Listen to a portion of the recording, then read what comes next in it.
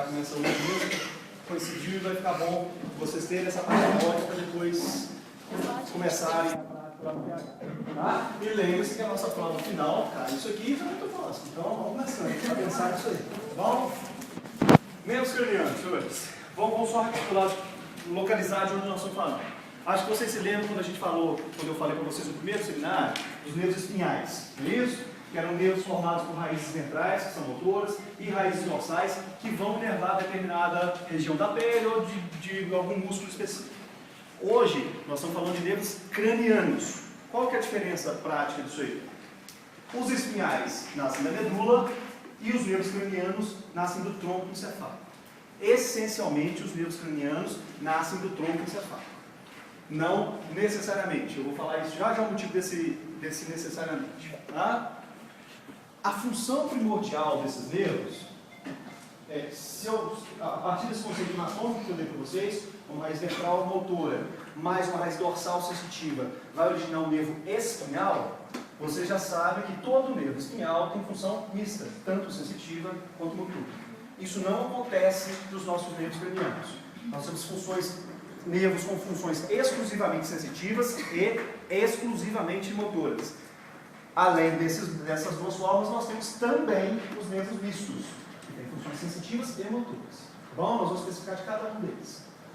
São 12 pares de nervos cranianos.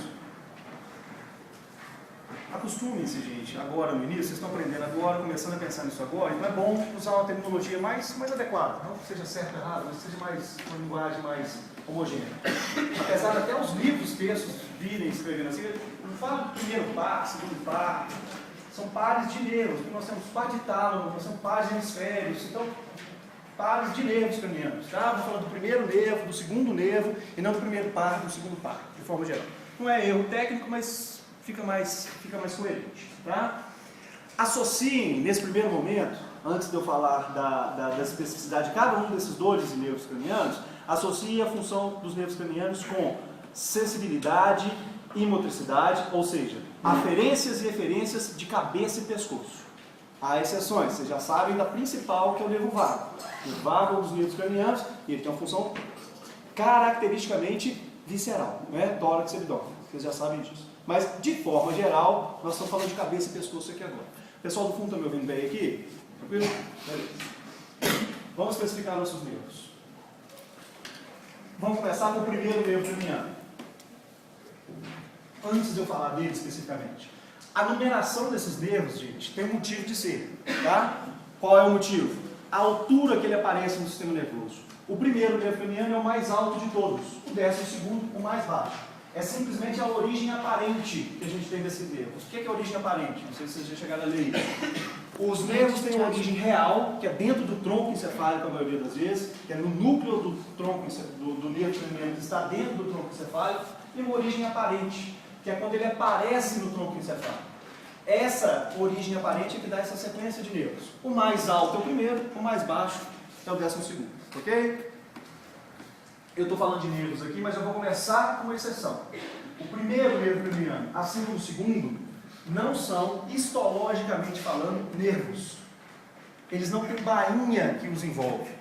Histologicamente falando, o primeiro e o segundo nervos cranianos são tractos, do mesmo jeito que o trato esfintalâmico, do mesmo jeito que o córtex espinhal, tá? Só que na evolução, pela posição deles, que é muito semelhante à dos nervos, a gente os considera nervos cranianos. Tá bom? Então, assim, eu estou só citando essa exceção, mas nós vamos tratar, e é assim que deve ser feito, primeiro nervo, segundo nervo, e assim por diante como os outros. Todos os demais, do terceiro ao 12º, são histologicamente nervos. Qual que é a diferença disso? Por que eu estou falando isso para vocês? Tem uma função prática muito importante, ser nervo ou ser tracto. O nervo, se eu tiver uma lesão, formalmente eu posso até não conseguir materialmente, mas formalmente eu posso ir lá e tentar suturar, aproximar esse nervo. Tracto eu não consigo. Lesou, perdeu, acabou. Eu não tenho como chegar lá e dar um ponto direto no neurônio para poder aproximar isso tudo. Lesou, acabou. Tá? Vocês já vão pensando nas gravidades do paciente aí em relação à recuperação de visão e olfato, os dois primeiros nervos cranianos, em relação aos demais. Tá bom? Ok, posso continuar? Primeiro nervo craniano, nervo olfatório. O próprio nome nos fala a função dele. Permitir sentir o cheiro das coisas. Tá? Aqui, gente, O conteúdo de nervos cranianos é muito grande. Tá? Vocês têm que ler, é bastante extenso.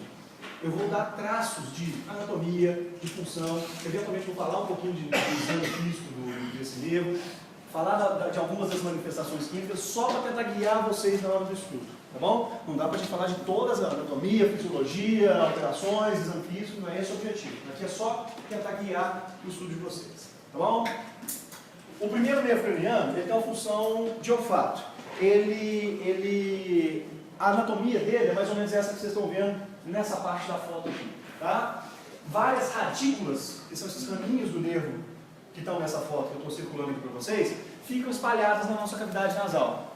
Essas radículas se convergem para uma estrutura que já está dentro do crânio do paciente. Eles passam pela fossa anterior do crânio, passando num lugar que é cheio de furinhos. Vocês já devem ter visto isso lá na anatomia. Se não viram, cheguem lá e vejam. Chamada lâmina crivosa ou lâmina cribiforme. São só furinhos. A espessura daqueles furinhos que vocês virem lá nas peças da anatomia é a espessura de cada uma dessas raízes. Tá bom? Essas raízes se convergem em uma outra estrutura que é chamada bulbo olfatório, que é o local onde essas radículas chegam.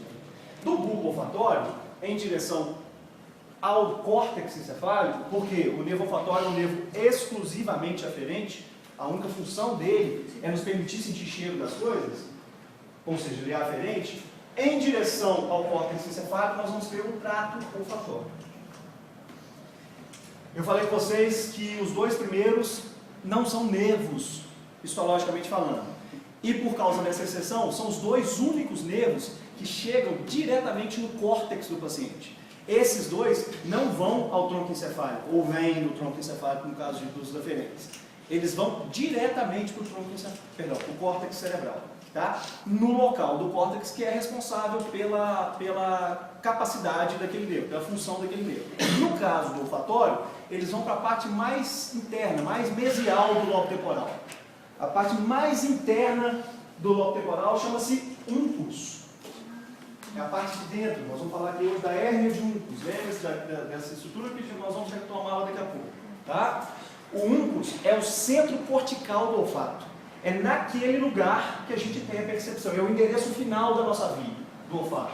É naquele lugar que o nosso córtex percebe a informação. Ok? Muito comum, gente. Qual que é a principal causa de perda do olfato? Hiposmia ou anosmia? Nós vamos falar da terminologia. No dia a dia. Resfriado, né? Uma condição nasal qualquer. Além disso, é fisiológico.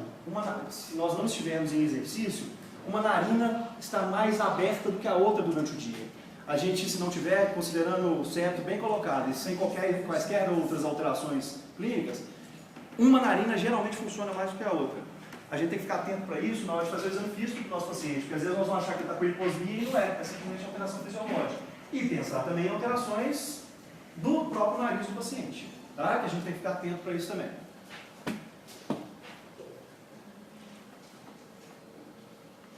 Outra causa muito frequente de anosmia, hoje em dia no nosso meio, deixa eu voltar a foto aqui para poder fazer o exercício com vocês, são os acidentes automobilísticos, mais especificamente os motociclistas. O que acontece? O sujeito está na moto lá, está de capacete, tudo certinho, caiu, bateu a cabeça. Tá? Não teve grande trauma, foi um susto, saiu ralado, o capacete protegeu a cabeça dele. Só que imagine o impacto da cabeça do paciente. Um capacete adequadamente colocado, ele fica fixo à cabeça do paciente. Ele não vai se mover em relação à cabeça do paciente. Ele está aderido, entre aspas, aí, à cabeça do paciente. Na hora que é o impacto do capacete, a cabeça desse paciente vai mexer, né? Bateu e voltou. Esse é um mecanismo, vocês vão estudar isso, o mecanismo de impacto, a gente tem que entender esse mecanismo certinho para poder entender várias das lesões. Quando há esse impacto, a cabeça do paciente foi protegida diretamente. O capacete evitou o trauma direto. Só que lá dentro da cabeça, o que é que nós temos? Nós temos o nosso encéfalo, que é circundado por líquido, não é isso? O líquido céfalo-mediano. O que acontece com o cérebro dentro do crânio do paciente? Ele mexe lá dentro. Ele mexe lá dentro. Em relação à tábua óssea, há um movimento desproporcional do encéfalo em relação ao osso.